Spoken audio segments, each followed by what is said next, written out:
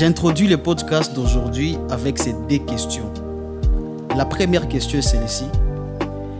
Dans une génération, dans cette époque où des révélations prophétiques se multiplient du jour au jour, quelle est la place que la parole de Dieu occupe dans les ministères prophétiques?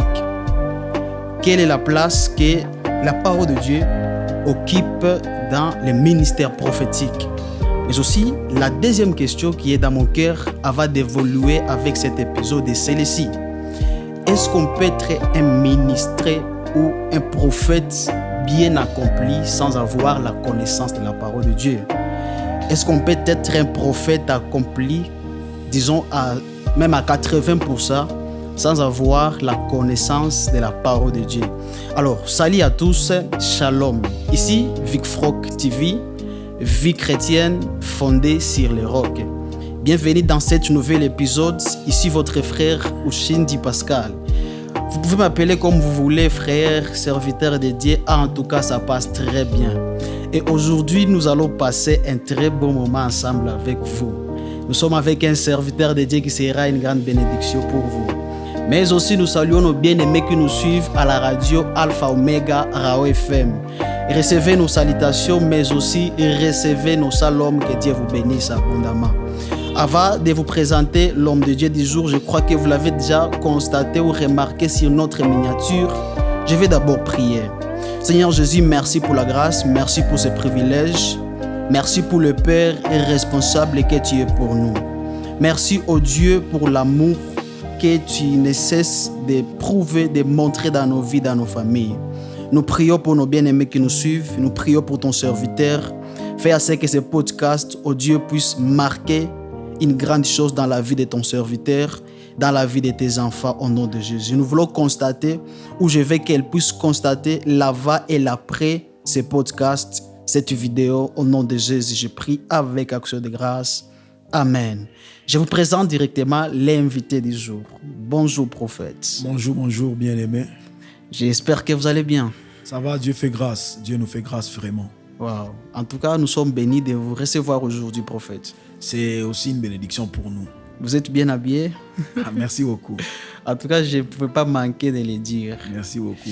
Alors, prophète, nous vous disons merci. Je ne sais pas si je vais encore répéter d'avoir accepté notre invitation. Ce n'est pas vraiment facile avec un agenda qui est vraiment surchargé. Comme aujourd'hui, je crois que vous avez eu au moins 3 interventions dans les avant-midi, mais quand même, vous vous êtes dit passer ici pour que nous puissions avoir ces moments. Mais quand même, avant d'évoluer, je vais vous laisser quelques minutes afin que vous puissiez vous présenter, afin que nos bien-aimés puissent au moins savoir qui est le prophète, quel est son nom, il vient d'où. Bienvenue, prophète. Voilà, merci beaucoup encore une fois. Je me nomme Chris Mosangue. Je suis serviteur de l'Éternel. J'ai reçu Jésus-Christ comme Seigneur et Sauveur et je le sers de tout mon cœur. Pour le moment, j'ai pris Dieu à l'église Pumzi Church qui dirige mon père spirituel, l'apôtre Théo Stambwe, là où je suis fortement enraciné. Je sers Dieu dans cette ville de Goma. Sûrement, les gens m'ont déjà vu quelque part et peut-être sur mes réseaux sociaux. Chris Mosangue sur Facebook, Instagram, YouTube et TikTok. C'est pour moi un plaisir. Et je le dis toujours, c'est un honneur de servir le Seigneur. Vous ne pouvez pas imaginer combien nous sommes honorés de servir le Seigneur. Des petites personnes comme nous, des hommes sans importance, sans aucune renommée comme nous, mais nous avons cet honneur de pouvoir servir le Seigneur. Ok. Merci beaucoup, prophète. Alors, prophète Chris Mosangue, Vic Frock a préparé un thème aujourd'hui qui est vraiment intéressant et pertinent.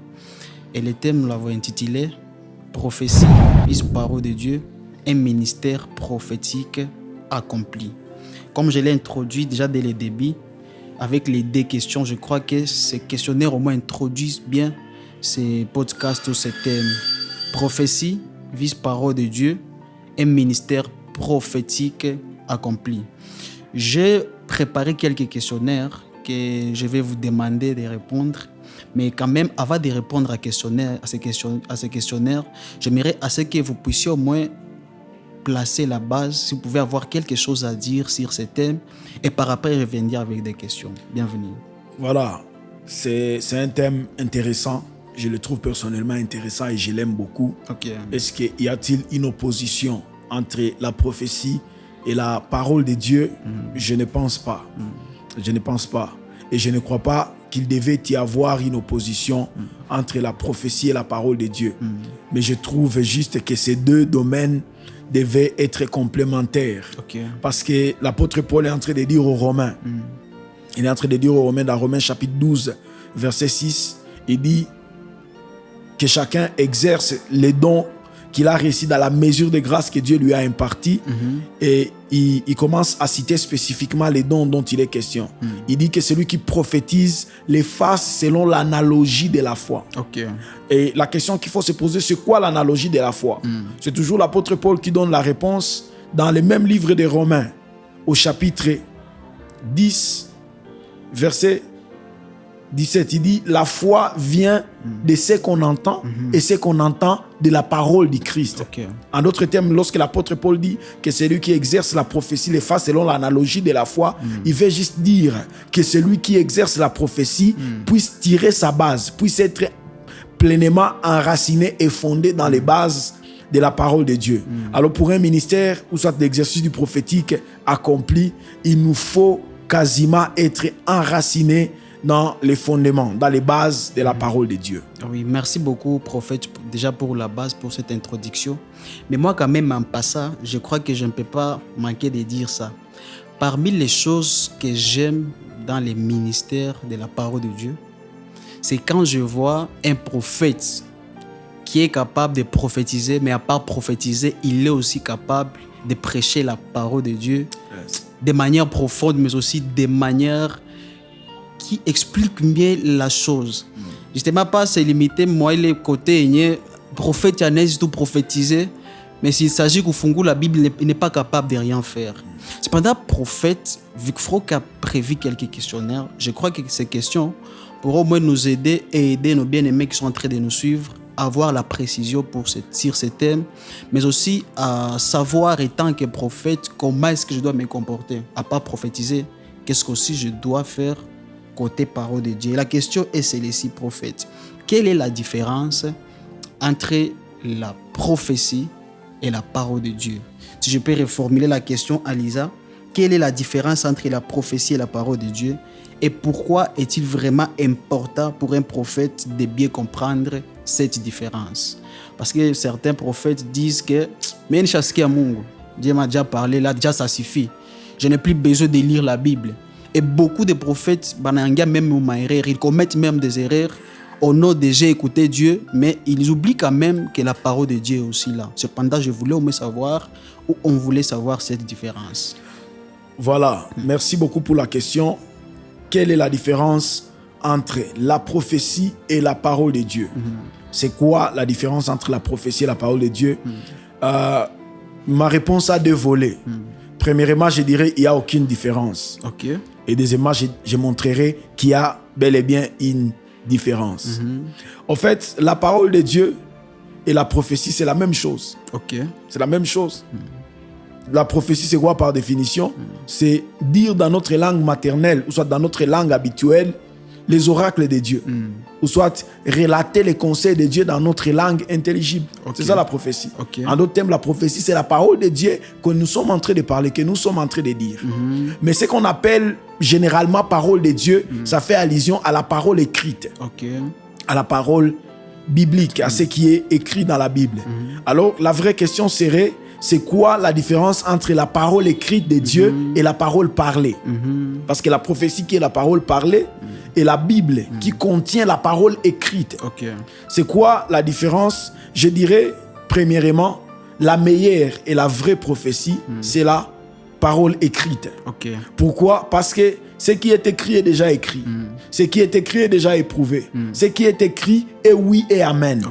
Est vrai et nous avons l'assurance que cela vient de Dieu. La Bible dit ce n'est pas poussé par des hommes que des hommes, ce n'est pas poussé par des hommes que les saints hommes de Dieu ont parlé de la part de Dieu, mais c'est poussé par l'Esprit de Dieu qu'ils ont parlé de la part de Dieu. Donc normalement la base doit être la parole écrite. Et la parole écrite nous a été donnée pour nous servir de standard, pour être une limite, pour être comment je dirais, comme les chimistes à son tableau périodique. Tout ce que les chimistes font, il est fait par rapport à son tableau périodique. Comme dans chaque domaine, il y a la nomenclature pour ce domaine-là. Il y a la nomenclature pour ce domaine-là. Et pour nous, le prophète, le serviteur de Dieu, dans les domaines de l'Église, notre standard, notre role model, c'est la parole écrite, la parole écrite de Dieu. Donc, premièrement, je dirais, il n'y a pas vraiment une très grande nuance. Il n'y a pas une très grande nuance parce que la Bible, c'est la parole écrite et la prophétie, c'est la parole parlée. Mais la nuance intervient où? La nuance intervient lorsque la parole parlée commence à aller au-delà, ou soit commence à être de plus en plus profonde, ou soit de plus en plus spécifique. De plus en plus spécifique que la parole écrite.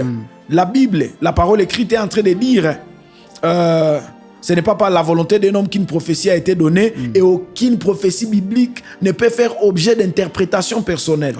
Aucune prophétie biblique ne peut faire objet d'interprétation personnelle. C'est ce que l'apôtre Pierre est en train de dire.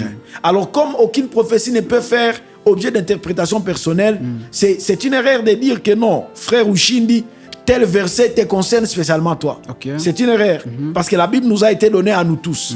Toutes les paroles, toutes les promesses qui sont dans la Bible qui concernent l'Église, nous concernent nous tous membres de l'Église. Alors, la vraie question, soit les problèmes se posent à quel niveau? Au niveau où je viens, les gens, le peuple de Dieu vient chercher Dieu, chacun personnellement pour son cas précis. Là, il faut maintenant une parole de Dieu qui me parlera spécifiquement à moi. Une parole de Dieu qui s'adressera à moi de manière spécifique, qui me parlera personnellement. La parole de Dieu ne peut pas être faite d'objet d'interprétation personnelle. On ne peut pas l'interpréter personnellement. On ne peut pas l'attribuer à une personne. Alors il faut que j'ai l'orientation personnelle, j'ai des questions. Et je n'aimerais pas vous cacher, homme de Dieu, les gens ont des questions auxquelles il n'y a que Dieu qui peut répondre. Les gens viennent dans nos cultes, pas pour jouer, pas pour passer du temps, pas parce qu'ils n'ont pas où aller, mais parce qu'ils ont des questions auxquelles seul Dieu peut répondre. Et ils ont vraiment besoin d'écouter Dieu par rapport à cela. Alors, je reviens toujours à ce que j'ai dit en introduisant. L'apôtre Paul dit, celui qui prophétise doit le faire selon l'analogie de la foi. En d'autres termes, même lorsque je libère des paroles parlées, même lorsque je prophétise, cela doit être sur le soubassement de la parole écrite. Ma prophétie, qui est la parole de Dieu parlée, qui est la parole de Dieu que j'annonce, doit se faire sous le fondement et le soubassement de la parole écrite. La parole écrite, c'est la base. Ça veut dire quoi? Si je crois que le Saint-Esprit a inspiré la parole de Dieu de Genèse à Apocalypse, ça veut dire toutes les fois que le Saint-Esprit me parlera ou il m'annoncera quelque chose, il ne me dira pas quelque chose qui est contraire à ce qui est écrit là-bas. C'est ce que l'apôtre est en train de dire, l'analogie de la foi. Toutes les fois que j'entends quelque chose qui est contraire, ou soit qui s'oppose directement à ce qui est écrit, la cloche doit sonner et je dois revenir sur les rails. Pourquoi est-ce que l'apôtre Paul nous a donné cette mise en garde et ces garde-fous? C'est parce que, étant un homme spirituel, l'apôtre Paul savait qu'il n'y a pas qu'une seule voix dans le monde spirituel. Avance. Il n'y a pas qu'une seule voix. Dans le monde spirituel, il y a plusieurs voix. Plusieurs voix peuvent nous parler, plusieurs voix peuvent te parler au même moment. Et quand il est en train d'être utilisé, nous voyons dans la Bible, l'homme de Dieu Ushindi, il y a un homme qu'on appelle Simon-Pierre. Simon-Pierre a été fortement utilisé par Dieu et il a prophétisé. Je suis dans Matthieu chapitre 16. Il prophétise. Jésus demande à ses disciples, que dites-vous que je suis? Après avoir entendu que les gens disent que tu es Élie, les autres Jérémie, les autres ceci, que dites-vous que je suis? Simon-Pierre, saisi par l'Esprit de Dieu, il donne une révélation puissante. Il dit, tu es le Fils de Dieu vivant, tu es le Christ. Jésus les regarde, il dit, Pierre, Simon, ce n'est pas la chair et le sang qui t'ont révélé ces choses. Parce que ces choses n'est pas de l'obédience de la chair et du sang. Ces choses ne peuvent pas être révélées par tout le monde. Au même moment, Simon a placé la deuxième parole. Mais cette parole-là n'était pas révélée par l'Esprit de Dieu. Donc c'est possible, dans un même moment, dans un même service, dans un même culte, de placer la première phrase qui vient de Dieu et la deuxième phrase qui vient d'une autre source. Alors, prophète, permettez, je ne vous pas en tout cas l'énergie. Il y a quelque chose que vous venez de parler, je souhaiterais penser que vous puissiez passer ça un peu expliquer. Les voix, il y a beaucoup de voix. Yeah. Alors, pour la personne qui souhaiterait soit savoir ces voix-là, soit s'il pourrait au moins savoir soit s'il y a combien de catégories, comme ça qu'il puisse avoir la précision de comprendre si c'est quelle voix qu'il a écoutée. Est-ce que c'est la voix de Dieu? Wow. Est-ce que c'est ma voix? Est-ce que c'est la voix? Bon, je ne sais pas. C'est une très bonne question. En fait, en général, il y a plusieurs voix dans le monde spirituel. Comme dans le monde physique, il y a plusieurs voix. Nous sommes ici, je suis en train de parler, vous êtes en train de parler. Nos précieux techniciens peuvent aussi parler. Les gens, si on sort de cette porte en dehors, dans la ville, il y a plusieurs personnes qui sont en train de parler. Comme il y a plusieurs voix dans le monde physique, ainsi il y a plusieurs voix dans le monde spirituel. Okay. D'ailleurs, j'irais même loin jusqu'à dire que dans le monde spirituel, il y a plus de voix que dans le monde physique. Parce que le monde spirituel a plus d'habitants que le monde physique. Ah bon? Bon, comme là n'est pas le sujet, on en parlera dans un autre podcast. Mais heureusement, nous sommes en train de parler de la Bible et de la... Bon, continue. Voilà. Il y a plusieurs voix dans le monde spirituel.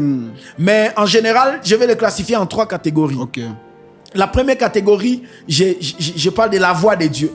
Parce que parlant de la voix de Dieu, ça peut être Dieu directement qui te parle. Et retenons que Dieu, il est Père, Fils et Saint-Esprit. Le Père peut parler, le Fils peut parler distinctement et le Saint-Esprit peut parler distinctement. Ah bon? Donc, lorsqu'on parle de la voix de Dieu, Dieu peut te parler. Okay. Mais à part Dieu qui te parle, un envoyé de Dieu peut t'apporter la parole de Dieu. Lorsque Gabriel parle à Marie, Marie considère que c'est la voix de Dieu parce que le messager n'a pas de message que le message de celui qui a envoyé le message. Wow. J'aime beaucoup quand je vois un prophète prêcher comme ça. Avance. Le messager, il n'a pas de message. Les anges ne sont que des messagers. Oui. Donc quand ils viennent avec le message de celui qui l'a envoyé. La parole d'un ange de Dieu, c'est la parole de Dieu. La parole en dehors des anges ou soit de Dieu lui-même, Dieu peut nous parler par la nature. L'apôtre Paul dit, et la nature ne vous enseigne-t-elle pas? Ce que nous voyons dans toute la création, c'est Romains chapitre 1er, le verset 20. La Bible dit, toute la création contient l'immense grandeur et la divine puissance de Dieu. Son vie dans la création. Lorsqu'on observe la création dans sa splendeur, on entend la voix de Dieu. Pourquoi? Parce que Dieu a tout créé par sa parole. Okay. En d'autres termes, en observant les montagnes, en observant les lacs, en observant les vallées, on peut capter une voix de Dieu parce que Dieu a créé tout ça par sa parole. Okay. Ça, ce sont les voix de Dieu. Il y a la voix que j'appelle la voix du diable. La voix du diable, c'est quelle voix? C'est la voix de Satan lui-même ou d'un de ses envoyés. Ou soit la voix de son système. Okay. Le système du diable, c'est quel système? C'est le système qui te pousse à désobéir à la voix de Dieu. C'est le système qui te pousse à aller en dehors de la voix de Dieu. C'est la deuxième catégorie. Et la troisième catégorie, c'est la voix de mon âme. Okay. Un homme peut être là et ses pensées lui jouent un tour. Il pense qu'il est en train de recevoir un message et pourtant, ce sont juste ses propres pensées qui sont en train de lui jouer un tour. Alors la vraie question, c'était comment savoir que Dieu me parle? Pour ne pas tomber dans les pièges d'entendre Satan. Parce que Simon-Pierre a entendu Dieu et à la seconde d'après, il a entendu Satan. Dans la Bible, il y a plusieurs personnes qui ont entendu Dieu et dans la seconde d'après, ils ont entendu Satan. On voit le vieux prophète dans un roi. Il a entendu Satan premièrement, il a dévié le chemin du jeune prophète et au même moment, après avoir dévié son chemin, il a entendu aussi la voix de Dieu. Comment être sûr que c'est Dieu qui me parle? On revient encore à notre sujet. Pour être sûr que c'est Dieu qui me parle, c'est la voix immuable. Amen. Et lorsque j'enseigne, je dis toujours, si tu n'as jamais entendu Dieu dans la parole écrite, tu ne l'entendras jamais dans la parole parlée. Amen. Très fort. Si tu ne l'as jamais entendu dans cette parole écrite, celle-ci, elle n'expirera jamais. Amen. C'est la voix qui est là, qui est déjà éprouvée. Et on est sûr que c'est Dieu qui nous l'a envoyé. Amen. Alors c'est là qu'on apprend d'abord comment je dirais, à s'habituer à la voix de Dieu. Plus on est en train de se plonger dedans, un jour cette Bible sera fermée et on entendra cette voix, on dira cette voix, j'ai toujours l'habitude de l'entendre quand je suis en train de lire. Oui. Parce que si on passe des temps ensemble, tu connais ma voix, même lorsque tu fermes les yeux, tu es endormi dans la chambre, tu m'entends parler dehors, tu sens c'est Christ mon sang qui est en train de parler. Pourquoi? Parce que tu m'entends souvent. Alors, quelqu'un qui a l'habitude d'entendre Dieu dans la parole écrite, lorsque Dieu lui parlera dans la parole parlée, il entendra clairement. Amen. Et il saura lorsqu'une autre voix viendra, il saura cette voix me parle. Même si ce qu'elle est en train de me dire est bon, mais ce qu'elle me dit n'est pas correct. J'aimerais mettre une nuance avant d'aller plus loin. Oui. J'aimerais mettre une nuance avant d'aller plus loin. La Bible dit examiner les prophéties. Donc, tout ce que je t'ai dit, même moi, même n'importe quel autre prophète, peu importe sa réputation, tout ce qu'il t'a dit, tu as le droit de prendre une partie et de jeter une autre partie. Alors, la Bible dit d'examiner la prophétie. Ouais. La Bible dit d'examiner la prophétie ou d'examiner les prophètes. Parce qu'il y a beaucoup de choses qui se passent aujourd'hui. Beaucoup de personnes sont en train d'examiner les prophètes au lieu d'examiner la prophétie. Alors, je ne sais pas comment est-ce que vous pouvez expliquer cela. Voilà, la Bible dit d'examiner les prophéties. Mais malheureusement, comme vous le dites, les gens, au lieu d'examiner les prophéties, ils sont en train d'examiner les prophètes. Examiner les prophètes, c'est quoi? On commence à les voir par leur nom. La prophétie devient de plus en plus crédible par rapport à celui qui les donne. Et pourtant, dans la Bible, même un cheval pouvait donner un message. Actuellement, la prophétie est crédible quand elle vient d'un homme qui est à Kinshasa, qui est proche de la présidence. Mais quand c'est un jeune homme qui vient de Birere, personne ne s'inquiétera de son message. C'est une erreur. C'est une erreur. Quand c'est quelqu'un qui vient bon chic, bon genre, il est bien habillé, 3 pièces, cravate et tout est parfait, là on accepte son message. Mais quand c'est quelqu'un qui vient de Ngungu, de Massis ou bien de Ouvira, très sale comme ça, d'ailleurs on l'assimile à un sorcier. C'est une erreur. Généralement, c'est une erreur. La Bible dit, les hommes regardent ce qui frappe aux yeux, mais Dieu regarde au cœur. Quelqu'un peut ne pas t'attirer. Tu peux ne pas l'apprécier, mais pourtant, Dieu est en train de passer par lui pour te parler.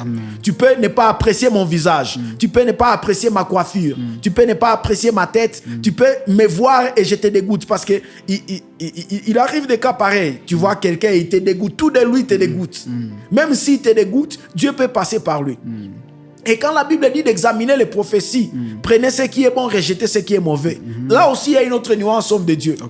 La Bible ne nous dit pas de prendre ce qui nous engage et de rejeter ce qui ne nous engage pas. Parce que généralement, lorsque les gens reçoivent des prophéties, quand on lui a dit tu seras élevé, là il dit ok, ça je prends, c'est bon. Quand on lui dit Dieu va te bénir avec $1 million, là c'est bon, je prends. Mais quand on lui dit abandonne les péchés, examinons. Quand on lui dit prie beaucoup parce que il y a le vent de la mort qui a... celui-ci, il est tendancieux. Non, on ne nous dit pas de prendre ce qui nous plaît et de rejeter ce qui ne nous plaît pas. Non, on nous dit de prendre ce qui est bon et de rejeter ce qui est mauvais.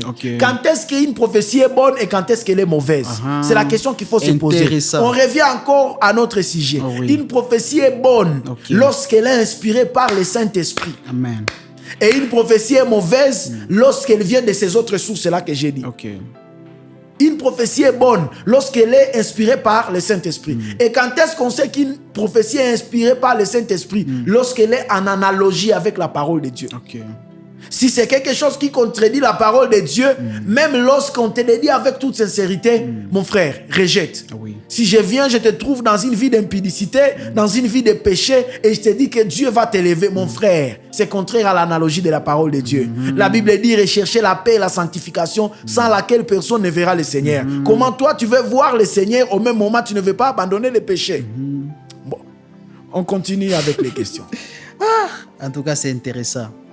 Je trouve que nous ne serons pas capables de répondre à toutes les questions ou avoir l'état de poser toutes les questions. Mais quand même, je vais poser cette question.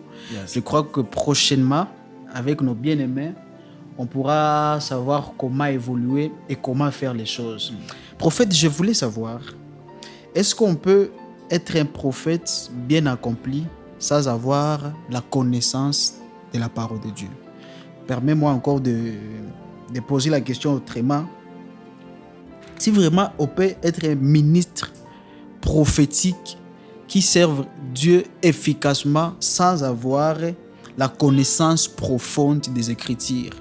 Avoir la connaissance profonde des Écritures, je crois, que ce n'est pas seulement kujua certains versets, mais c'est être capable à parler des choses qui concernent la doctrine, à justifier aussi la doctrine biblique.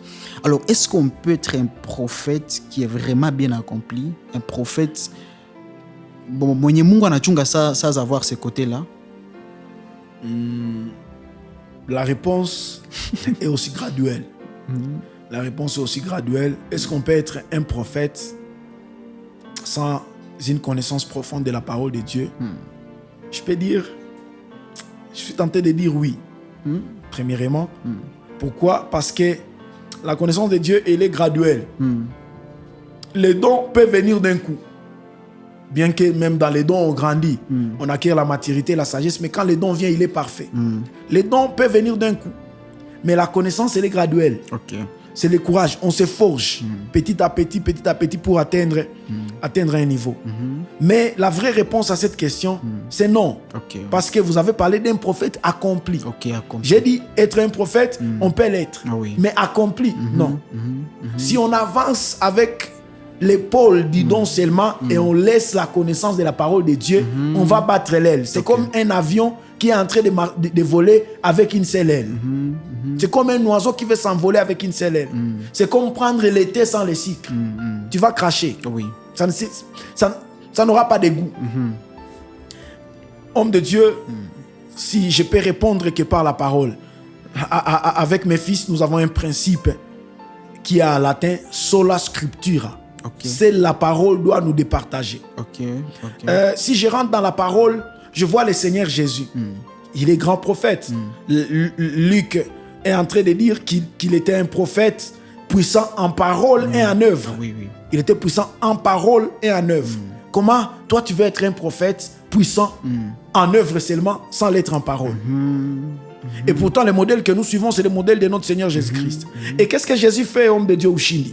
Jésus, lorsqu'il vient entrer dans Jérusalem, un prophète, Jésus lui-même dit, ce n'est pas bon pour un prophète de mourir en dehors de Jérusalem. Pourquoi? Jérusalem, c'est la mégapole. Pour que les messages d'un prophète atteignent la phase glorieuse, ces messages-là doivent arriver à Jérusalem. Pourquoi? Parce que Jésus savait que lorsqu'on arrive à Jérusalem, le message, l'évangile, mon message peut aller rapidement dans tous les canaux, dans tous les sens. Parce qu'un évangile à Jérusalem, c'est un centre où tout le monde vient. Alors lorsque Jésus veut entrer à Jérusalem, lorsqu'il veut faire entrer son ministère dans sa phase glorieuse, qu'est-ce qu'il fait? Il envoie des disciples. Dans la Bible, on ne cite pas les noms de ces deux disciples. On envoie des disciples pour aller chercher une ânesse sur laquelle le Seigneur va monter et entrer dans sa phase glorieuse, dans la phase glorieuse de son ministère. On ne cite pas les noms de ces deux disciples. Et pourtant, partout, là où Jésus envoyait les disciples, on citait leurs noms. On citait non, Philippe a fait ceci, Thomas a fait ceci, je ne sais pas, Pierre a fait ceci, Jean a fait ceci. Même lorsqu'il part à la montagne, on cite les noms des disciples. La question que je me suis posée, là je suis dans Marc, Marc chapitre 14, versets 13 à 14. Pourquoi on ne cite pas les noms de ces disciples-là? J'y reviens tout à l'heure. Lorsque j'examine un autre prophète qui veut aussi entrer dans sa gloire, Josué. Moïse vient de mourir, Josué vient de prendre l'autorité d'Israël, il veut entrer dans une phase de sa gloire. Qu'est-ce qu'il fait? Il envoie 2 espions chez Rahab la prostituée. Jésus envoie des disciples pour aller prendre l'annonce sur laquelle il va monter. Josué envoie des espions chez Rahab. Mais les 2 espions là, on ne cite pas leurs noms. Lorsque Moïse a envoyé les espions 12, on a cité leurs noms. Mais lorsque Josué envoie les espions, on ne cite pas leurs noms. La question que je me suis posée, c'est qui ces 2 disciples? C'est qui ces 2 espions que Jésus? Et retenez que Jésus et Josué, c'est la même racine. C'est le même nom. Est-ce que je peux avancer? Avance, prophète. C'est le même nom, c'est la même racine. Et ils ont les mêmes méthodes. Jésus envoie des disciples, Josué envoie des espions. Et on ne cite pas leurs noms. Pourquoi est-ce qu'on ne cite pas leurs noms? Parce que le Seigneur voulait nous apprendre quelque chose. Il voulait nous apprendre que pour un prophète, lorsque son ministère va entrer dans la phase glorieuse, il doit marcher sur des béquilles. Il doit marcher sur des ailes. Ces 2 ailes sont quoi? Sont l'esprit et la parole. En d'autres termes, sont les dons et la parole. Un prophète accompli dans son ministère doit marcher avec la parole et les dons. Tu marches avec les dons seul, ton ministère bat de l'aile. Tu marches avec la parole seul, sans les dons, ton ministère prophétique bat de l'aile. Ton ministère prophétique bat de l'aile. Tu veux être accompli dans ton ministère, marche avec les dons. D'ailleurs, quand on parle de prophètes, on ne parle pas d'un homme qui a reçu les dons de prophétie. Mais on parle d'un ministre de Dieu appelé prophète, appelé à exercer le ministère prophétique. Est-ce que vous savez que nous sommes dans le Nouveau Testament? Nous sommes dans le Nouveau Testament. L'époque où nous habitons, c'est l'époque du Nouveau Testament. Plusieurs personnes pensent que le Nouveau Testament c'était terminé et puis nous vivons l'époque d'après le Nouveau Testament. Non. L'époque que nous vivons, c'est l'époque du Nouveau Testament. Nous sommes en plein dedans. Nous sommes en plein dans le Nouveau Testament. Et dans le Nouveau Testament, le ministère prophétique est différent de celui de l'Ancien Testament. Dans l'Ancien Testament, le peuple était dirigé par les prophètes. Mais dans le Nouveau Testament, le peuple de Dieu n'a pas vocation d'être dirigé par les prophètes.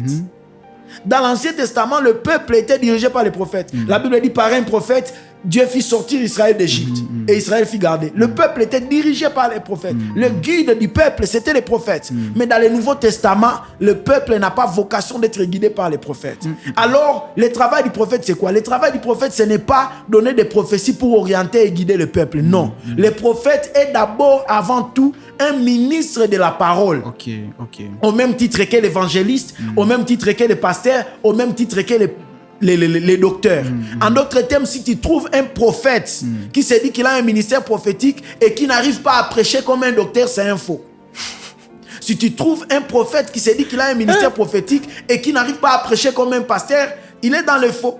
Parce que les 5 sont des ministères de la parole. Ce n'est pas d'abord les ministères de la prophétie. Il n'y a pas de ministère de la prophétie. Les 5 ministères sont les ministères de la parole. Alors l'un l'exerce pour élever un peuple évangélique, pour faire... Là, je suis en train de parler de l'évangéliste, n'est-ce pas? Pour faire monter dans le cœur du peuple un cœur d'évangélisation. Que le peuple soit un peuple évangélique.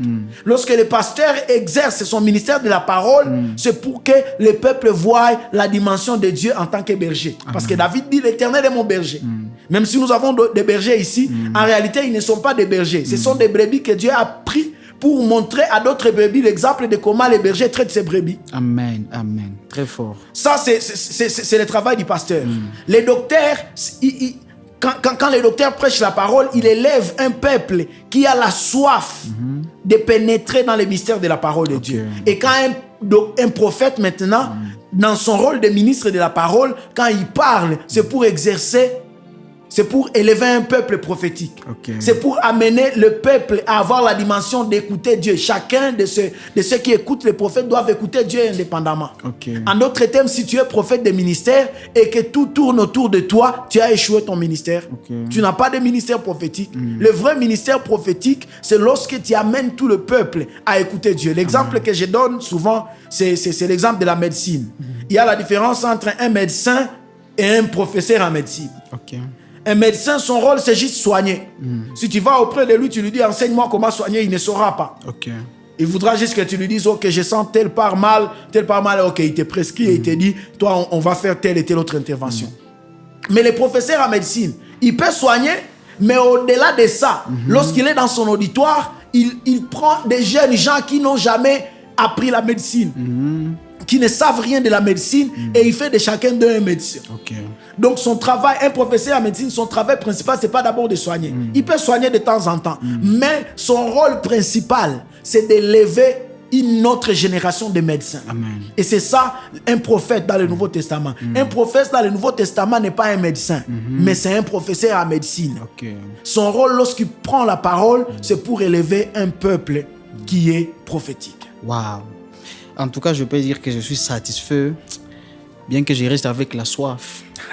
Espérons que Dieu nous donnera encore un temps afin que nous puissions bien finir avec ces questions. Prophète, j'aimerais que vous puissiez finir. Je crois que dans 5 minutes, vous pouvez finir avec cela. On termine déjà. En tout cas, on termine avec les temps. Alors, prophète, j'aimerais savoir, est-ce que c'est vraiment une erreur pour un prophète? On l'évite en fait qu'il vienne prêcher la parole de Dieu. Et puis, avant de prêcher, il commence par prophétiser. Et cela ne se fait pas, disons, dans un seul jour. S'il a soit un séminaire, il prend même 4 jours où il ne prêche pas. Il vient seulement, il prophétise. Disons que la vision de l'Église pour cette conférence n'était pas seulement ça. Ils avaient aussi la vision, soit de bâtir quelque chose qui est sous la parole de Dieu. Est-ce que c'est vraiment quelque chose qui est tolérable ou compréhensible ou pas, ou vraiment biblique? Mais aussi à part ça, j'aimerais que vous puissiez citer en ceci, que vous puissiez au moins vous adresser directement à l'audience, aux jeunes prophètes, aux prophètes, et leur montrer la nécessité d'étudier la parole de Dieu, les Écritures, étant qu'un prophète. Je crois que je vous donne quelques minutes, prophète. Dans ces quelques minutes, vous allez finir et je crois que prochainement, nous allons continuer par là. Bienvenue. Voilà, merci beaucoup pour cette dernière question. On invite un prophète, il ouvre à peine la parole de Dieu, on lit un verset et directement il ferme les yeux, il dit « Je suis né pour prophétiser. Je dois prophétiser. » Tout le monde crie « Avance !» Généralement, c'est vous qui criez « Avance !» qui nous induisez dans cette erreur. C'est vous qui nous induisez dans cette erreur. Il ferme les yeux. Il entonne un cantique. Et directement, je vois, j'entends, je vois, j'entends. Est-ce que c'est une erreur? Est-ce que c'est bon ou c'est pas bon? Vous savez, il fut un moment où j'ai failli être comme ça. Je commençais à aller dans ce sens-là. C'était vers les années 2018, 2017-2018. À l'époque, je ne m'intéressais même pas de préparer l'enseignement. Je me disais, je prie juste que Dieu me donne un détail, juste un seul. Vous ne savez pas combien un seul détail peut changer la tournure d'un culte. Un seul, Seigneur, détail moraux, mot à tout, Seigneur. Un seul détail. Tu passes le temps en train de prier. Quand il a, tu es content. Tu sais, je vais juste arriver là-bas, je vais juste ouvrir l'air versé. Et quand je commence ces détails-là, je sais que les autres choses vont venir spontanément là-bas. Un jour, je ne dirai pas le nom du programme parce que les gens peuvent suivre ça et ils vont remarquer.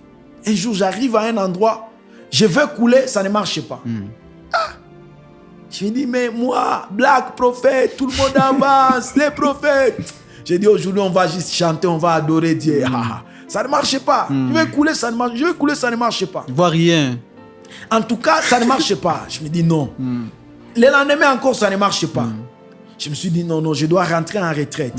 Je suis allé dans une retraite, je ne sais pas, j'ai fait 7 ou 10 jours, quelque chose comme ça. Je m'enfermais dans ma chambre, j'ai prié, Seigneur, moi je suis le voyant. Je suis né pour voir. Et c'est là que le Seigneur a commencé à me dire. Il m'a dit, tu n'es pas né pour voir.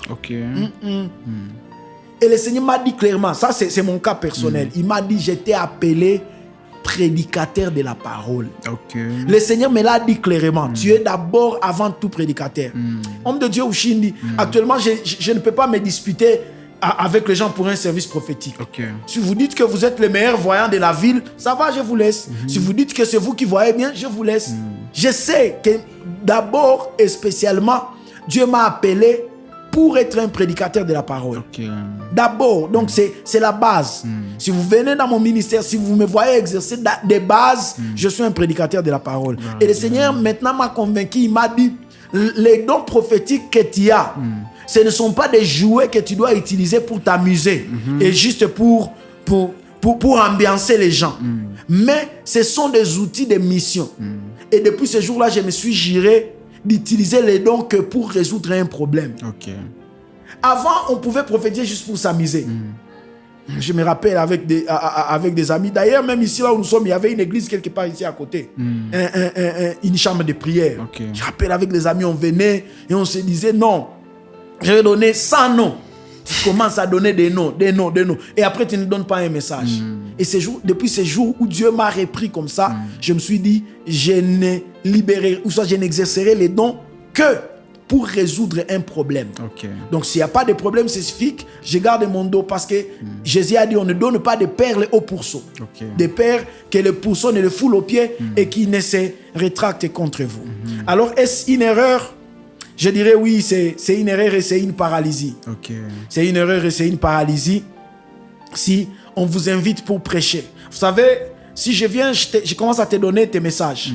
Ça peut me prendre 15 minutes ou bien 30. Il y a des services prophétiques où tu es sur une personne même pendant 1 heure. Et dans ces moments-là, qu'est-ce que les autres sont en train de faire? Qu'est-ce que les autres sont en train de faire? Rien. Et pourtant, eux aussi, ils sont venus écouter Dieu. Et même si je me mettais à pointer les gens, je ne peux pas pointer tout le monde. Mais quand j'ouvre la Bible et je parle à tout le monde à la fois. Vous voyez, donc ouvrir la Bible, je touche tout le monde à la fois. Mais quand il s'agit de commencer à prophétiser, je commence à citer chacun au cas par cas. Je ne peux pas finir tout le monde. Et là, il y a ceux qui sortiront de là sans avoir été répondu.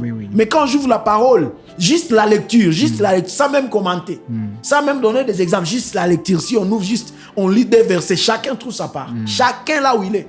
il trouve sa part.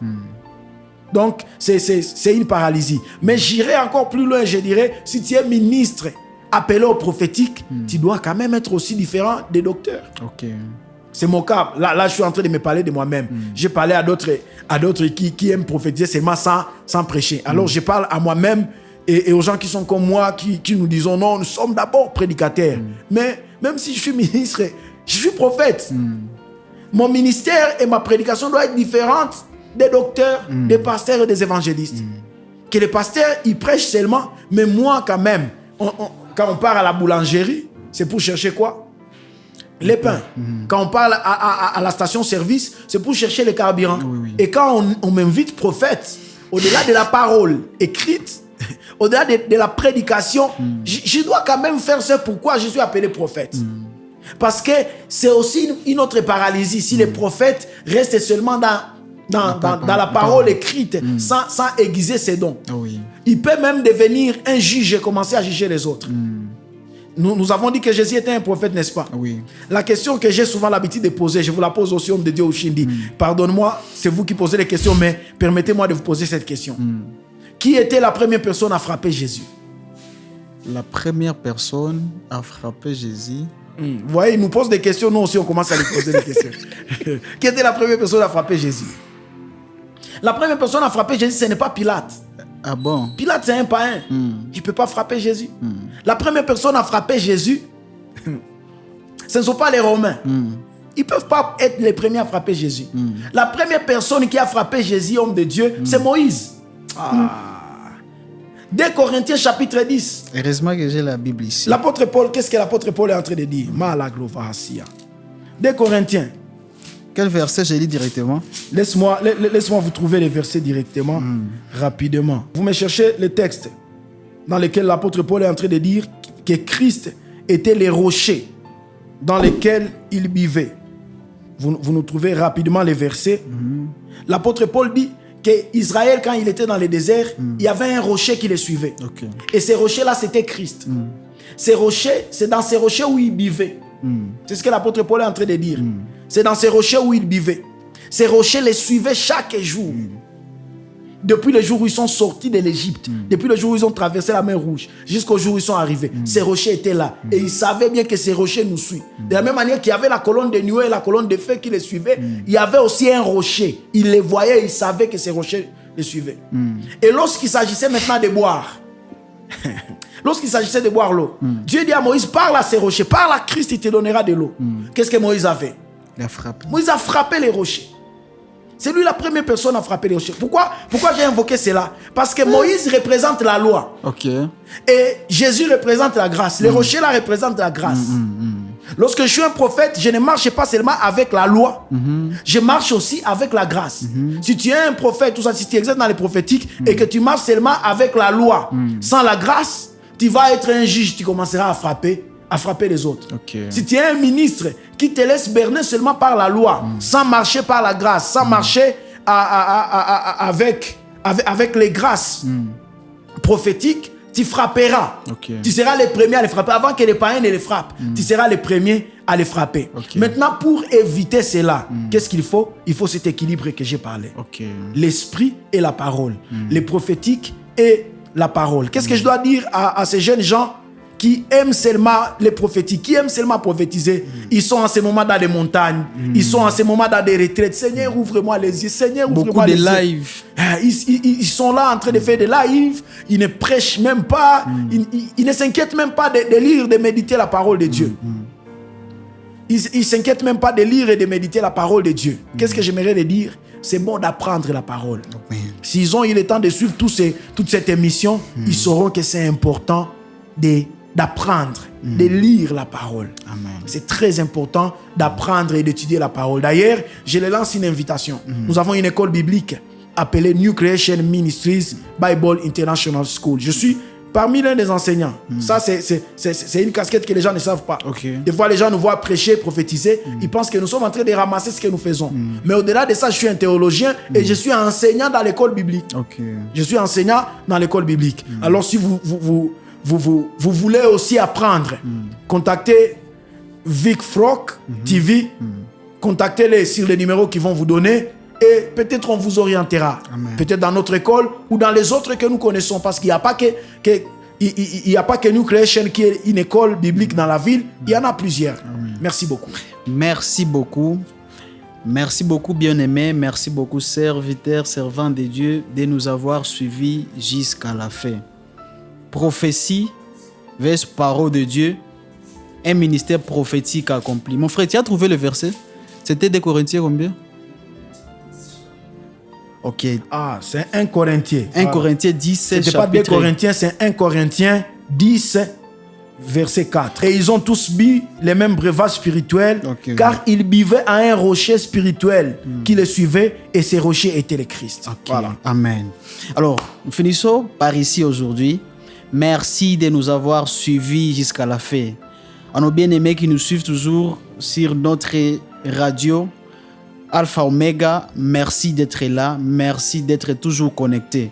Nous allons encore nous retrouver prochainement à la prochaine épisode et je crois que Dieu vous bénira énormément. Vous avez besoin de nous soutenir, il y aura notre numéro qui sera en train de passer ici, soit nous soutenir dans la prière, mais aussi financièrement, cela nous sera d'une grande utilité.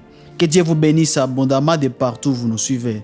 Je vais laisser le prophète qui va prier à la fin, qui va prier pour le serviteur de Dieu, qui va prier pour cette parole et qui va sceller cette parole dans la prière et prier pour la suite. Bienvenue, prophète. Prions. Seigneur, nous te bénissons parce que tu es merveilleux. Merci pour ces instants combien précieux que nous venons de passer. Merci, Seigneur de gloire, pour ce moment combien formidable que nous venons d'avoir. Nous aimerions en avoir encore autant. Seigneur, nous prions pour cette plateforme qui nous a bénis.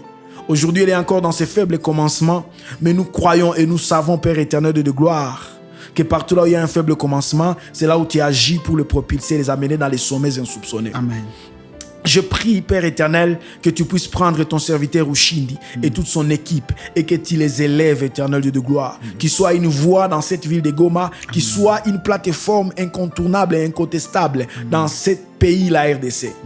Seigneur de gloire, merci pour tous les bien-aimés qui ont intervenu pour le bien-être et pour la bonne organisation de ce programme. Bénis-les, bénis tout un chacun d'eux. Nous prions, éternel de gloire, pour nos auditeurs qui nous suivront à la radio et pour nos téléspectateurs qui nous suivront sur Internet et sur toutes les plateformes. Que, éternel de gloire, cette parole soit un carburant pour le pousser à se rapprocher de plus en plus de toi, pour le pousser à être de plus en plus amoureux de ta parole, mais aussi au-delà de tout, à tomber de plus en plus amoureux de ton esprit. Je te bénis, Père éternel de gloire, parce que nous savons qu'il y aura des bons retours. Il y aura un avant et un après cette émission. Les gens appelleront et ils témoigneront. Ils diront qu'ils ont vu Dieu d'une manière ou d'une autre dans cette émission. Nous laissons la suite et les programmes suivants entre tes mains au nom de Jésus-Christ. Amen. Amen. Shalom.